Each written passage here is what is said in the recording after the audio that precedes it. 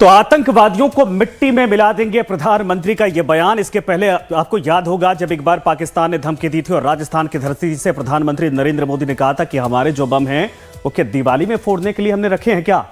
लेकिन सवाल यही है कि अब वो समय आ चुका है। प्रधानमंत्री इस बात को समझते हैं कि हमारे पास जो शक्ति है उसका इस्तेमाल करने का यही सही मौका है।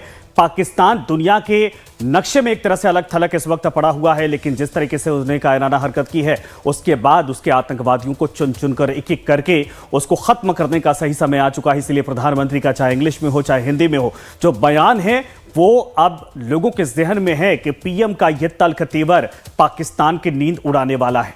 कल रात से जो खबर सामने आई है कि सीमा पर पाकिस्तानी सेना की तरफ से गोलीबारी की गई है, सीज फायर का उल्लंघन किया गया, लेकिन ये बड़ा सवाल नहीं है। बड़ा सवाल यह है कि जनरल मुनीर और आपको बता दें कि शहबाज शरीफ को पूरी रात नींद नहीं आई है। पाकिस्तान के रक्षा मंत्री यह कह रहे हैं कि नरेंद्र मोदी कुछ भी कर सकते हैं। मतलब आप समझिए कि पाकिस्तान की इस वक्त पूरी तरीके से जो हवा है वो टाइट हो चुकी है। पाकिस्तान को यह समझ में आ चुका है कि इसके बाद कुछ भी उसके ऊपर हो सकता है। इसीलिए कहा जा रहा है कि जितने भी उसके आतंक के आका हैं उन सभी को उनके ठिकानों से दूसरे जगह शिफ्ट कर दिया गया है, रीलोकेट कर दिया गया है। इसके बाद भी भारत की जो निगाहें हैं भारतीय सेना की इंटेलिजेंस की उससे वो बच नहीं पाएंगे। प्रधानमंत्री ने साफ कहा है कि जो आतंक के ये गुनहगार हैं इनको मिट्टी में मिला दिया जाएगा और वो वक्त आ चुका है। आपको बता दें कि पाकिस्तान की तरफ से गीदड़ भभके दी जा रही है, लेकिन सवाल यही है कि कब तक ये कार्रवाई की जाएगी, कब तक पाकिस्तान का नामो निशान या फिर पीओके का जो जिक्र किया जा रहा है उसको वापस लिया जाएगा, क्योंकि पीओके को पाकिस्तान उसी तरीके से इस्तेमाल कर रहा है आतंकवादियों के एक तरह से शेल्टर हाउस के तौर पर, लॉन्चिंग पैड के तौर पर। पाकिस्तान जो कश्मीर का हिस्सा है, पाकिस्तान अधिकृत कश्मीर का, वो भारत में क्या मिलाने का वक्त आ चुका है इस गलती के बाद, क्योंकि पाकिस्तान में बैठे इन आकाओं को खत्म करने के साथ साथ जो भारत की हिस्सेदारी है चाहे पानी पर चाहे जमीन पर, वो अब लेने का वक्त आ चुका है। 71 में जो गलती हुई, जो हमने जमीन वापस कर दी शिमला समझौते के तहत, उसको वापस लेने का समय आ चुका है। तमाम बातें इस वक्त देश के लोग पूछ रहे हैं कि 28 जो बलिदान हुआ है, जो शहीद हुए हैं, जो देश के इनोसेंट लोग मारे गए हैं, जो हमारे सिविलियंस को इन आतंकवादियों ने मारा है, उसका जवाब आखिर किस तरीके से और कैसे और कब लिया जाएगा। मेरे साथ मेहमान जुड़ रहे हैं इस वक्त। विजय सागर विमान रिटायर्ड ब्रिगेडियर इस वक्त मौजूद हैं। DK Sharma ji retired IG BSF इस वक्त हमारे साथ मौजूद हैं। आप दोनों लोगों का स्वागत है। शुरुआत में करता हूं विजय सागर विमान जी आपसे। सर, आपने तो सेना में सर्विस दी है, चीजों को समझा है। ऐसे हालात जब बनते हैं, 71 की बात कही जाती है, करगिल युद्ध की भी बात कही जाती है, उस दौरान भी भारत लीडिंग पोजीशन में था, लेकिन हमने बहुत सारे समझौतों के तहत एक तरह से रियायत दी थी। क्या हम ये माने कि एक्ट ऑफ वॉर जिसका जिक्र पाकिस्तान कर रहा है उसकी शुरुआत उसने कर दी है? ये एक तरह से युद्ध की शुरुआत के तौर पर है और अब तो पाकिस्तान को जवाब देना पड़ेगा और पाकिस्तान के ऊपर यह कार्रवाई सुनिश्चित की जाए। देखिए, जब से ये टेररिज्म शुरू हो रहा है, स्पेशली पहलगाम जब हमला होता है, तो पाकिस्तान के मंत्री का बयान आता है कि this is an act of war, यानी कि अगर IWT का आपने पानी रोका it will be act of war. तो हम कहते हैं it's a bloody act of war. आप जो कर रहे हो terrorism, that is also act of war. ये सिर्फ ये है कि हम संयम बरत रहे थे अभी तक, आपको हमने डिसाइसिव तरीके से हमने नहीं अभी तक पटका आपको। तो वॉर अगर करनी है तो वॉर ही सही, हमें उसमें कोई प्रॉब्लम नहीं है। परंतु अभी फर्क सिर्फ इतना ही है कि हमने पहले भी आपके पहले हम बैट एक्शंस करते थे, फिर मोदी जी के आने के बाद हम लोगों ने उड़ी स्ट्राइक, सर्जिकल स्ट्राइक करी, फिर बालाकोट करी, परंतु उसके बाद हमने उसको आगे नहीं लेके गए। हमने ये नहीं सोचा कि हमें कुछ ऐसा डिसाइसिव करना चाहिए कि ये आतंकवाद हमेशा के लिए खत्म हो जाए। तो अब सिचुएशन ये आई है कि it is an act of war and we will also do everything. परंतु ये है कि लड़ाई डिक्लेयर करने से पहले, क्योंकि उसमें और खतरे भी होते हैं, काइनेटिक एक्शन लेने से पहले हम बाकी चीजों को भी करेंगे, डिप्लोमेटिक, इकोनॉमिक, या IWT की जो आपने बात करी है। अब इंडस वाटर ट्रीटी का सबसे बड़ा जो फर्क पड़ेगा वो पड़ना है पंजाब प्रोविंस को। और पाकिस्तान में जो जितने भी इतने आका है, टेररिस्ट के हैंडलर्स हैं, चाहे वो हाफिज सईद है, मुल्ला उमर है, या जाकी उल रहमान है, या दूसरे ISI के हैंडलर्स हैं, पाकिस्तान की आर्मी चीफ है या आर्मी है, ये सब लोग पंजाब प्रोविंस में रहते हैं। और इस वक्त अगर हम पंजाब प्रोविंस में प्रहार करेंगे तो ही फायदा होगा, क्योंकि इनकी एग्जिस्टेंस को खतरे में आना है। और वो कैसे सर, लेकिन सवाल ये, ठीक है, ये तो डिप्लोमेटिक फैसले हैं सर, ये तो सरकार करेगी। इससे पब्लिक वहां की जाहिर सी बात है कि पब्लिक के अंदर भी रोष पैदा होगा। ये जितने नाम आपने गिनाए ये तो वहां की जमीनों को, वहां के पैसे को लूट कर सब वहां पर आलिशान महलों में रहते हैं। पानी के लिए थोड़ी न तरसेंगे, ये बाहर से लेकर आएंगे। लेकिन सवाल इन पर डायरेक्ट हिट का है। मैं बार बार ये पूछ रहा सर, क्या हम वॉर की तरफ जाने की कंडीशन में हैं? क्या ये एक्सरसाइज उस तरीके से की जाएगी? मैं आपके पास वही पॉइंट लेके आ रहा हूं कि जैसे ही पानी डाइवर्ट होगा, उसका सिंध का, इंडस का हम यूज करना शुरू करेंगे, उसको डाइवर्ट करेंगे, स्टोरेज करेंगे, तो पानी की किल्लत होगी। तो ये जो हरा भरा इलाका है, जिसको बीट बोल ऑफ पाकिस्तान बोला जाता है, ये पैदावार कम होगी और ये डेजर्ट में कन्वर्ट होना शुरू हो जाएगा। तो इनकी एग्जिस्टेंस खतरे में आ जाएगी। और ऑलरेडी इनका सिंध के साथ 36 का आंकड़ा है, जहां तक वाटर की डिस्ट्रीब्यूशन का सवाल है, जो मीडिया नहीं दिखाता है। देखिए, ये पंजाब के जो लोग हैं, तो पाकिस्तान कंट्रोल करते हैं। सिंध के लोग मर रहे हैं, बलोचिस्तान मर रहा है, खैबर पख्तूनख्वा मर रहा है, इनको कोई फर्क नहीं पड़ता। तो इनको सिर्फ अपनी ही चलानी है। तो अगर इनको ही करेंगे डायरेक्टली थ्रेटन, अगर इनको लगेगा कि इनकी एग्जिस्टेंस खतरे में है, तो ये डेफिनेटली सोचेंगे कि अगर ये आतंकवाद का टैप हम बंद कर दें और कश्मीर का राग अलापना बंद कर दें, तो शायद हमारी एग्जिस्टेंस बनी रहेगी। और इसके अलावा अगर जरूरत पड़ी तो भारत एक इंटीग्रेटेड कंसर्टेड तरीके से अटैक भी कर सकता है, ताकि उनके जो कैंप्स है, मिलिट्री ट्रेनिंग कैंप्स है, आर्मी के जो रोग एलिमेंट्स हैं, उनको असैसिनेशन करवा सकता है। तो ये सब चीजें I am sure ministry of external affairs और मोदी जी गवर्नमेंट बैठ के इसके ऊपर आंकलन कर रहे हैं, और they will definitely come out with a very very positive issue, जिससे ये आतंकवाद हमेशा के लिए खत्म हो जाए। नहीं सर, ये तो बहुत पहले से हम कहते आए हैं। 90s का दौर किसने भूला है? इसके पहले भी ये इनकी सेना ही आतंकवादी है। ISI तो वही करवाती है। सेना हो चाहे आतंकवादी हो, सब उसी तरीके से ट्रेन किए जाते हैं। DK शर्मा साहब, आप तो सर BSF के IG रहे हैं, बॉर्डर सिक्योरिटी को भली भांति समझते हैं, आसपास की गतिविधियों की पूरी जानकारी आपको रही होगी। जरा ये बताइए कि इस पूरे आतंकवाद के नासूर को खत्म करने के लिए क्या किया जा सकता है? एयर स्ट्राइक तो हमने किया, लेकिन उससे काम चलने वाला नहीं है। ये तो साफ तौर पर दुनिया की मांग है कि भाई वही एक्शन लेना चाहिए जैसे इजराइल ने किया था। लेकिन सवाल ये, देश है, इसके पास भी फोर्सेस हैं, लेकिन क्या हम किसी छोटे मोटे खतरे के आधार पर उस बात को भांपते हुए बड़े खतरे को हम छोड़ दें?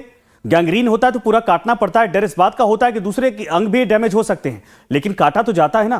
पाकिस्तान तो वही गैंग्रीन है अब। देखिए, अभी जो CCS की जो मीटिंग हुई थी, जो उसमें इन्होंने डिसीजन जो लिए हैं, काफी बड़े डिसीजंस हैं। अभी इंडस वाटर ट्रीटी को इन्होंने जो है होल्ड एंड एबेंस किया है, जिससे कि पाकिस्तान को पानी नहीं मिलेगा। और जो इनका सबसे फर्टाइल इलाका है, जो पंजाब का है, जैसे ब्रिगेडियर साहब बता रहे हैं, अगर वहां पर उनकी जो है बिल्कुल जमीन उपजाऊ नहीं रहेगी, वहां पानी नहीं मिलेगा, लोगों को पीने का पानी नहीं मिलेगा, तो ये कमर तोड़ देगा पाकिस्तान की एक तरह से। क्योंकि जितना भी जो मैक्सिमम जो इनका बिजनेस है, सारा मैक्सिमम पंजाब से ही होता है। और दूसरे जो इन्होंने जैसे ट्रेड बंद किया है, और दूसरे जो यहाँ से सभी को इन्होंने जो है बंद कर दिया है, सबको वापस जाने का जो है फरमान जारी कर दिया है, उससे जो है जो पब्लिक जो है वहां की, जब इनको सपोर्ट नहीं करेगी, तो आर्मी को सपोर्ट नहीं करेगी पब्लिक, तो उनका जो है वहां पर जीना मुश्किल हो जाएगा इन सब का। और आप ये देखिए कि भी हमेशा पाक आर्मी ने ISA के थ्रू बिना किसी इनके जो पॉलिटिकल लीडर्स के कंसेंट के जो एक्शन करते हैं, उस वहां एक, और अपने आप को डेमोक्रेटिक कंट्री कहते हैं, तो ये एक बहुत बड़ा बदनुमा दाग है पाकिस्तान के ऊपर कि वो मिलिटेंसी को सपोर्ट करता है, और जिसकी वजह से पूरे दुनिया में अभी अलग थलग पड़े हुए हैं। और इकोनॉमिकल अगर आप इनको देखें, अभी इनकी हालत इतनी बुरी है कि ये किसी भी तरह के जो है इस एक्शन के लिए तैयार नहीं है। और पाकिस्तान अगर ये कंटिन्यू रहा, 1 महीने जो डिसीजन हुआ है अभी, जो अपना गवर्नमेंट ऑफ इंडिया ने लिया है, 1 महीने के अंदर ये घुटने पर आ जाएगा, ये आप मान के चलिए। अच्छा सर, एक चीज और है, कुछ पाकिस्तानी पत्रकारों से भी बातचीत जब हो रही थी, और उनकी तरफ से जो अब इस बात को समझते हैं, मान रहे हैं कि पाकिस्तान ने गलती की है, पाकिस्तान के जो हुक्मरान हैं उनकी तरफ से लोगों का इस्तेमाल किया जा रहा। कराची का जो स्लम एरिया है, या जिस इलाके की आप जिक्र करें, जो गरीब परिवार के, मुस्लिम परिवार के लोग हैं, उनके जो यूथ होता है उसको बाकायदा ISI और सेना की तरफ से बरगला कर उनका इस्तेमाल किया जा रहा है। उन्हीं को यहां पर भेजा जाता है। जो भुखमरी की कगार पर पहुंच चुके हैं, उनको 5 लाख रुपए, 4 लाख रुपए देकर उनको यहां भेज दिया जाता है आतंक मचाने के लिए। ये जब वहां गुर्बत जितनी है, उसका फायदा तो ISI इस तरीके से इस्तेमाल कर रही है। तो क्या अगर हम इस सिचुएशन में पाकिस्तान को ला देंगे कि वहां पर अपने आप सबको डेजर्ट में कन्वर्ट होता जाएगा, लोग पूरा इलाका एक तरह से परेशान हो जाएगा, पाकिस्तान के खिलाफ पाकिस्तान की आवामी बगावत कर देगी, क्या ISI जो इतना बड़ा फंड इस्तेमाल करती है सिर्फ भारत के को डिस्टर्ब करने के लिए, वहां की सेना की नीयत ही वही है, तो ये समाधान की तरफ होगा रास्ता? देखिए, आप सिर्फ जो है अनएजुकेटेड यूथ और अनएम्प्लॉयड यूथ को ये यूज नहीं कर रहे हैं। जो इनके जो जेलों में जो क्रिमिनल्स हैं, जिनके अगेंस्ट में जो इन्होंने जो है सजा सुना रखी है, उनकी फैमिलीज को ये होस्ट बना के उनको मोटिवेट करके ये जो है आगे ट्रेनिंग दे के आगे भेज रहे हैं। और तभी ये उनको जो है पैसा भी दे के और इस तरह के एक्शंस को उनके लिए अपना मोटिवेट करते हैं। आप ये मान के चलिए कि इस तरह की ये चीजें जो अभी तक गवर्नमेंट ऑफ इंडिया ने इतने बड़े डिसीजन नहीं लिए थे, ये जो अभी जो 5 जिन्होंने जो डिसीजन लिए हैं, इन डिसीजंस के ऊपर पाकिस्तान 1 महीने में घुटने पर आ जाएगा। चाहे वो कितने भी प्रिपरेशन कर लें, कितनी भी गीदड़ भपकी दे लें कि भी वार हो जाएगा, ये हो जाएगा।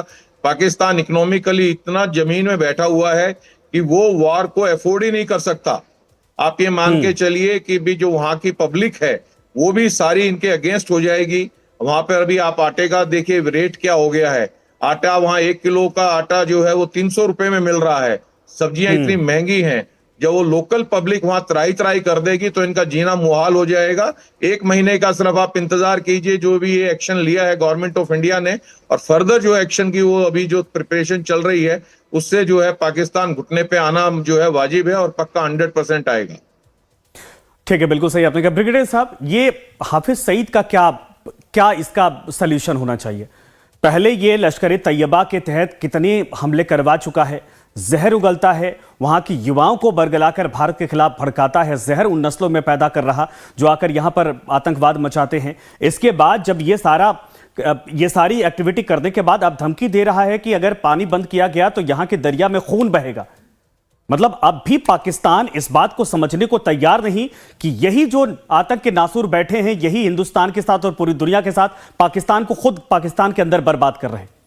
इसका सलूशन क्या होना चाहिए? क्या जो ओसामा बिन लादेन का अमेरिका ने किया वही हिंदुस्तान को करना चाहिए? देखिए, इनका एक लश्कर तोयबा का एक टेररिस्ट था, उसका आई थिंक आज सुबह बयान आया है कि अगर भारत ने पानी बंद किया तो ये 28 की जगह हम इससे भी बड़ा मैसेकर करेंगे। तो ये क्लियर इंडिकेशन है कि जो आतंकवाद है उन्हीं के यहाँ से आ रहा है। अब ये लोग कौन है? अपना क्या जाकिर रहमान, हाफिज सईद, ये पाकिस्तान के अंदर एक सोशल ऑर्गेनाइजेशन चलाते हैं। ये वहां पे लोगों से चंदा इकट्ठा करते हैं और ये नहीं बोलते कि हम टेररिस्ट हैं। इनको एक सोशल वर्कर, सोशल एक्टिविस्ट समझा जाता है जो समाज का भला कर रहे हैं, और समाज का कोई भला नहीं कर रहे। ये वो पैसा इकट्ठा करके सारा का सारा भारत के खिलाफ टेररिज्म कर रहे हैं। अभी आपने बोला उसामा बिन लादेन जैसी, और ये 300 तंजीमें हैं, तो आप कहां कहां करोगे? और अगर आपने पिछले साल गौर किया होगा, बहुत सारी तंजीमें थी जिनके heads inimical to Indian interest थे, वो एलिमिनेट हो गए। तो पाकिस्तान ने चलाना शुरू कर दिया कि रॉ करवा रही है। I will be the happiest man अगर ये रॉ करवा रही है। पर रॉ की प्रॉब्लम मुझे ये पता है कि हमारे एक प्रधानमंत्री थे 10 साल पहले, उन्होंने रॉ को बैन कर दिया था। I mean what a nonsense. क्या वो किसी दूसरे देश के एजेंट थे? देखिए, रॉ एक इंटेलिजेंस एजेंसी होती है, और अगर उसका एक सोर्स बनाना है तो उसमें वो बिल्कुल सही आपका। मैं तो ये पूछ रहा सर, ये बताइए ना, इजराइल ने भी, इजराइल के सामने ये चुनौती थी। अरे गाजा का कसाई है, क्या नाम है कि जो वहां का वो आतंकवादी था इस्माइल हानिया, इतना बड़ा नाम बताया जाता था कि ये पूरा जो है कि गाजा को ऑपरेट करता है। इसके अलावा जो लबनान में किया गया था, वो तमाम चीजें एक से एक बढ़कर नाम थे, लेकिन एक एक करके चुन करके सबको तो खत्म कर दिया ना इजराइल ने। क्या हमें इस बात को सोचकर चलना है कि इनके पास 10 तीर है तो किसको किसी को कुछ लें, या शुरुआत कर देनी चाहिए? देखिए, मैंने पहले भी बोला कि हमको उनको हिट करना है जो इनके मैन्युफैक्चरर्स हैं, जो ये फैक्ट्रियां चलाते हैं, उसमें ये भी आते हैं और पाकिस्तान के मिलिट्री भी आती है। तो इनको हम असैसिनेशन कर सकते हैं। परंतु आपको ये मैं बता दूं कि ऐसी 300 तंजीमें हैं, तो कितनी करते रहोगे और कब तक करते रहोगे? और जहां तक आपने इजराइल की बात की है, यस, ये मूवमेंट हमारी 7 अक्टूबर वाली ही है, और अगर हम वैसा ही रिस्पॉन्स लेके जाएंगे जैसे हमास के अगेंस्ट किया गया। Pakistan is a country, Pakistan कोई तंजीम नहीं है, और हमास भी छोटी सी गाजा स्ट्रिप थी। मुझे बताइए, 1.5 साल हो गया, क्या उनको खत्म कर पाए? क्या वो मिलिट्री का जो सोल्यूशन ढूंढा है वो खत्म कर पाए? नहीं कर पाए। तो अभी मैं इसलिए ये कहूंगा कि इस वक्त हमारी जो जनता है, चार्ज अप है, इमोशनल है, गुस्सा है, पाकिस्तान के अगेंस्ट जो निकल रहा है उसको निकलने दीजिए। परंतु जहां तक गवर्नमेंट का सवाल है, मिलिट्री का सवाल है, या मिनिस्ट्री ऑफ एक्सटर्नल अफेयर्स का सवाल है, उनको भड़काइए मत, उनको ठंडे दिमाग से काम करने दीजिए। क्योंकि इस बार हमने आर पार की लड़ाई करनी है। हमने जो भी रिस्पॉन्स देना है वो सारा एक इंटीग्रेटेड रिस्पॉन्स होगा, जिसमें मिलिट्री भी होगी, काइनेटिक रिस्पॉन्स भी होगा, डिप्लोमेटिक भी होगा, इकोनॉमिक भी होगा, सोशल भी होगा, और जियोपॉलिटिकल लेवल पे हमारा इंफॉर्मेशन वॉरफेयर भी चलेगा। तो ये सारी चीजें करके कब करनी है, किस तरीके करनी है, कब किस टाइम पे करनी है, वो मोदी जी डिसाइड करेंगे अपने मिलिट्री नहीं, तो बिल्कुल सही है सर। पुलवामा अटैक के बाद 40 जवान हमारे शहीद हुए थे। 40 के बदले देश तो 400 मांग रहा था। हमने एयर स्ट्राइक की, ठीक है, बहुत सही है, लेकिन अगर ये उसी समय हाफिज सईद और ये मसूद अजहर जैसे तमाम ये जो आतंक के वहां पर पैरोकार बने हुए हैं, इनका खात्मा हो गया, तो शायद मुझे लगता है कि आज ये नौबत नहीं आती। तो मेन प्रहार तो उनके ऊपर करना है ना सर। हम कब तक इंतजार करते रहेंगे? नए लीडर आ जाएंगे, इनका खात्मा करेंगे तो नए लीडर आ जाएंगे। आपने उनको ऐसी जगह पे प्रहार करना है जहां पे उनकी एग्जिस्टेंस खतरे में हो, और एग्जिस्टेंस खतरे में किसकी होनी चाहिए? जो पाकिस्तान के आका हैं, पंजाबी एस्टैब्लिशमेंट जो है, उनकी एग्जिस्टेंस खतरे में होगी। समझता हूं नए लीडर आ जाएंगे। Osama bin Laden, al Zawahiri के बाद इस वक्त अलकायदा में कौन लीडर है? पूरा संगठन तबाह हो चुका है। अब मैं खुद अगर इसी की हमास की बात करूं, बताइए ना कि यहया सिनवार मारे जाने के बाद, हानिया मारे जाने के बाद कौन सा ऐसा नेता उनका पैदा हुआ है? धरती पर इस वक्त रेंगते दिखाई दे रहे हैं। ये तरीका सर निकालना पड़ेगा ना। मैं देश के लोगों की बात कर रहा, ठीक है, आप सर समझते हैं आर्मी को हम सबसे ज्यादा, लेकिन लोगों के अंदर यही है कि कब तक इनको हम पालकर इस तरीके से रखेंगे? ये बॉर्डर के पास आते हैं, लोगों को भड़का कर चले जाते हैं। ठीक है, डीके शर्मा जी सर, इसका जवाब सर, कि भाई जब हम दुनिया अलकायदा जैसे पूरे नेटवर्क को तबाह कर सकती है, तो फिर ये लश्कर तैयबा, हाफिज सईद और ऐसे गुनहगार क्यों बच पा रहे हैं? देखिए, पाकिस्तान में इतना अनरेस्ट है कि वहां के ही जो लोग हैं वो इनके अगेंस्ट हो जाएंगे, और वहां के ही लोग इनके अगेंस्ट में वेपन उठा के इनकी किलिंग करेंगे। जो ये कहते हैं कि साहब RNAW ने करा दिए, ये करा दिए, सब ये बुलशिट है। जो भी चीजें हैं, वहां के जो अनरेस्ट हुए जो लोग हैं, जो इनसे खफा हैं, बलूचिस्तान को देख लीजिए, वहां पर इनसे कंट्रोल नहीं हो पा रहा है। इनकी आधे से ज्यादा आर्मी बालूच को कंट्रोल करने में लगी हुई है। आप ये सोचते हैं कि भी दूसरी तरफ ये इनको जो है अपना इंडियन आर्मी को फेस कर पाएंगे, ये पॉसिबल नहीं है। और आप ये देखिए कि जितने भी ये जो ऑर्गेनाइजेशंस हैं, इनको जो है सबको बैन कर दिया है। उसके बावजूद भी इन लोगों ने एक दूसरे नाम से उसकी एक एलाइड असी वो खोल दी है, दी रेसिस्टेंट फोर्स, वो भी लश्कर तोयबा की एक जो है पार्ट है। आप ये मान के चलिए, जो ये एक्शन अगर पुलवामा के बाद जो अभी इन्होंने लिया है, अगर ये पुलवामा के बाद अगर ये एक्शन हो जाता, तो ये सारी ऑर्गेनाइजेशनों की जो है कमर टूट जाती। अभी आप सिर्फ 1 महीने का इंतजार कीजिए, देखिए कि पाकिस्तान के अंदर जो है जो लोकल पब्लिक है वो इनको सबक सिखा देगी। जो हमारे को जो है यहाँ से बॉर्डर से अगर हम लोग अपना तैयारी करे बैठे हुए हैं, तो पाकिस्तान की जो पब्लिक है, जो लोकल पब्लिक जिनको कुछ भी अभी हासिल नहीं हो रहा है, वही इनको सबक सिखा देगी। इस्लाम के नाम पर लोगों को ये बरगलाते हैं। वहां की पब्लिक को बहुत आसान है इस्लाम के नाम पर हिंदुस्तान के खिलाफ भड़काना। सवाल यही है कि पब्लिक अगर त्रस्त होगी तो भी इस्लाम का यह हवाला देकर उनको भड़काने की कोशिश करेंगे। अब इसके बाद पब्लिक कितनी कन्विंस होती है समस्याओं से दो चार होने के बाद, क्या वाकई में इन पाकिस्तानी हुक्मरानों और ये आतंकी आकाओं के खिलाफ बगावत करेगी कि नहीं करेगी, ये तो बात की बात है सर। मैं इतना पूछ रहा कि जो इनकी लीडरशिप की लाइन है, हाफिज सईद मारा जाए, उसके नीचे दूसरी जो सेकंड लाइन है उसको खत्म किया जाए, ये जो लेयर बनाई गई है, अगर इसको तबाह कर दिया जाए तो ये अपने आप समाप्त हो जाएंगे ना? ये संभव है क्या? ये टारगेट किलिंग जो है ये चलती रहेगी समय समय पर, और अभी पीछे होती भी रही है। वहीं के ही लोग जो है इनको जो है टारगेट किलिंग करके खत्म भी करेंगे, और अभी कुछ पीछे किया भी है। अब ये बेशक से उसका RNAW का नाम दें या कुछ दें, वो तो इनकी वो सोच है, लेकिन आप ये मान के चलिए कि कमिंग टाइम के अंदर विद इन 1 और 2 मंथ 2-3 ऐसी टारगेट किलिंग होगी जिससे कि इनकी कमर बिल्कुल टूट जाएगी। अगर ये पुलवामा के बाद, मैं आज भी कह रहा हूं क्योंकि मैं बॉर्डर पे रहा हूं और वहां पर हमने JNK में भी 10 साल की मिलिटेंसी को मैंने देखा है। आज अगर ये मान लीजिए जो ये एक्शन अगर पुलवामा के बाद अगर हो जाता गवर्नमेंट ऑफ इंडिया का, तो आज वहां पर पाकिस्तान की बिल्कुल कमर टूट जाती। जितने भी इनके टेररिस्ट ऑर्गेनाइजेशन है वो आज जमीन पर आ जाते हैं, उनके पास में कुछ करने को नहीं रहता सिर्फ। और ये जो कह रहे हैं कि साहब अभी हम दूसरे भी एक्शन कर देंगे, अभी इनके बस की नहीं है। अभी मैं रिसेंटली कश्मीर से आया हूं 18 तारीख को ही। सिर्फ ये उस जगह पे जो एक्शन हुआ है, ये छोटी सी एक हमारी सिक्योरिटी को जो है इन्होंने ध्यान से नहीं देखा, और वहां के जो लोकल एडमिनिस्ट्रेशन ने थोड़ा ध्यान नहीं दिया, अदरवाइज वहां पर किलिंग होना संभव नहीं था।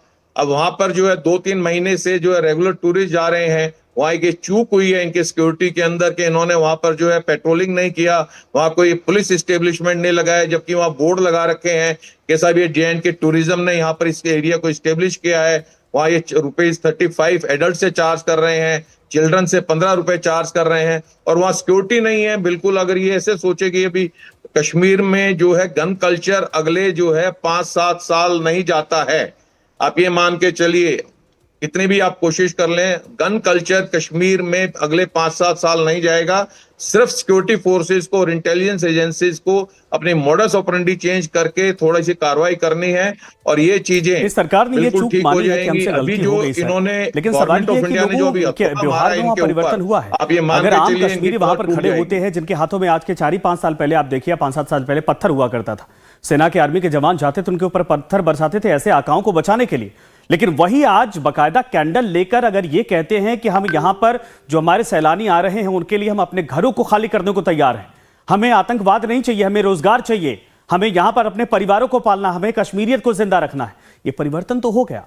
लेकिन सवाल वही खड़ा होता है कि फिर ऐसे लोगों, अच्छा एक और 3-4 दिन पहले की खबर है, मैं चाहूंगा सर विजय सागर जी इसका जवाब दीजिएगा। कश्मीर के, पाकिस्तान अधिकृत कश्मीर के अंदर जो हमास का चीफ, मौजूदा चीफ है, उसकी आगवानी कुछ महीनों पहले पाकिस्तान ने की है। लाव लश्कर के साथ उसका वेलकम किया गया और उसने जहरीले भाषण दिए थे। उसके बाद जो ये नया कसूरी नाम का शख्स आया है सामने, मौलाना बताया जा रहा है, जो इसी का लश्कर ए तैयबा का सेकंड चीफ कमांडर बताया जा रहा है, उसने भी उसी तरीके से जहर उगले थे। भारतीय सेना को यह पूरी जानकारी थी कि क्या एक्टिविटी होती यहां दिखाई दे रही है।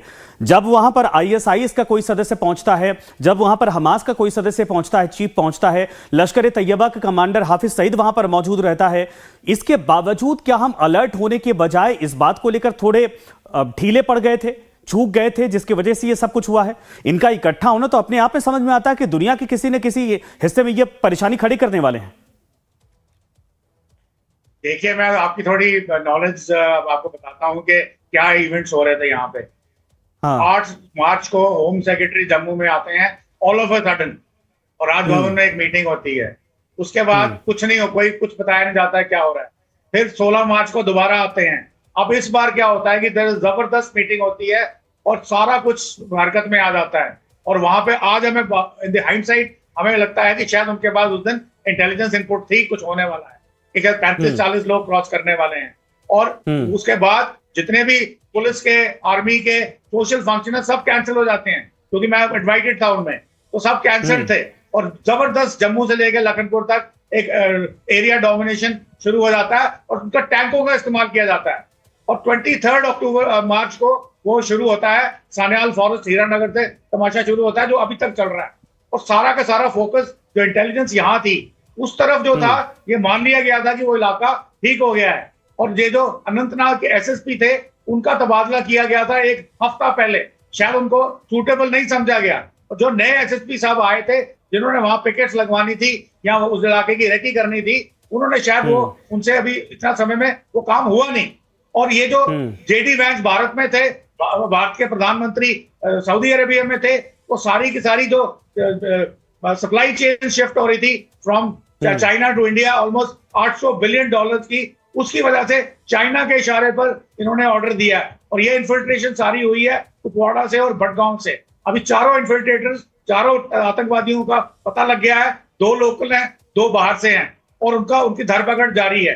तो ये जो इंसिडेंट है, ये एक वन ऑफ इंसिडेंट था। मैं नहीं कहता कि अलर्ट नहीं थे, जो सारी की सारी फोकस था वो जम्मू डिवीजन में था, ना कि कश्मीर में।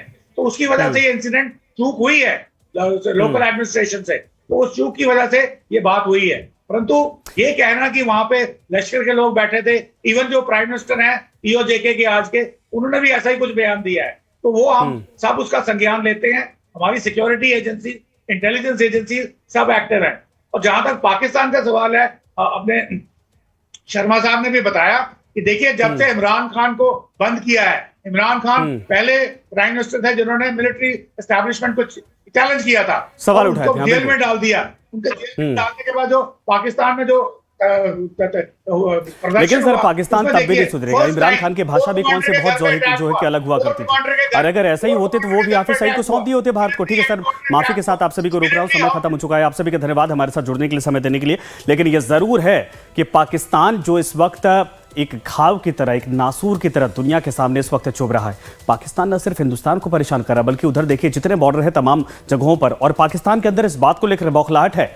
लेकिन जो आईएसआई है, जो पाकिस्तान में बैठे आका हैं, उनकी तरफ से अपनी राजनीतिक रोटियों को सेकने के लिए भारत के खिलाफ जहर उगलना, ऐसी घटनाओं को उनको जिंदा रखता है। और लेकिन यह बर्दाश्त नहीं किया जाएगा। प्रधानमंत्री ने साफ कहा है कि अब आतंक का खात्मा करने का समय आ चुका है। इंतजार इस बात का है कि कितने जल्दी एक्शन होता है और किस तरीके से होता है। इंतजार करिए, 28 ये बलिदान, किसी भी तरीके से इसका हिसाब तो लिया जाएगा। धन्यवाद आप सभी का।